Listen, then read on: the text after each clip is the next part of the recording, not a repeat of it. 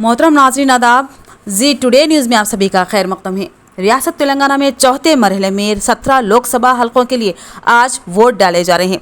पार्लिमानी हलके के लिए 1808 मराकिज़ रायदही में रायदहिंदे अपने हक रायदही से इस्तेफादा करते हुए 26 उम्मीदवारों की किस्मत का फैसला कर रहे हैं। आज बोधन में रायदही का आगाज सुबह 7 बजे से हुआ। वोटिंग पुरअमन और शफाफ तरीके से जारी है। कहीं से किसी नाखुशगवार वाक़े की इत्तला नहीं मिली है। इलेक्शन कमीशन के मुताबिक वोटिंग शुरू होने के बाद पहले 4 घंटों में औसतन वोटिंग 25.87% रही।